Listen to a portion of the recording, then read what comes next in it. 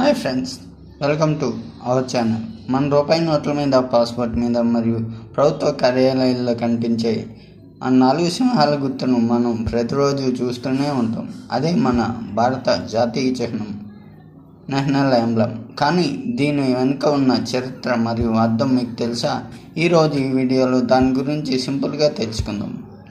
మన జాతీయ చిహ్నాన్ని ఉత్తరప్రదేశ్లో వారణాసి దగ్గర ఉన్న సారనాథ్ అశోక స్తంభం నుండి తీసుకున్నారు. దీన్ని క్రీస్తు పూర్వం 250లో అశోకుడు నిర్మించాడు.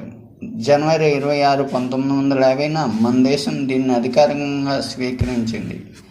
ఈ చిహ్నంలో మనకు పైకి 3 సింహాలే కనిపిస్తాయి, కానీ నిజానికి అక్కడ 4 సింహాలు ఉంటాయి. ఇవి ధైర్యానికి, గర్వానికి మరియు శక్తికి నిదర్శనం.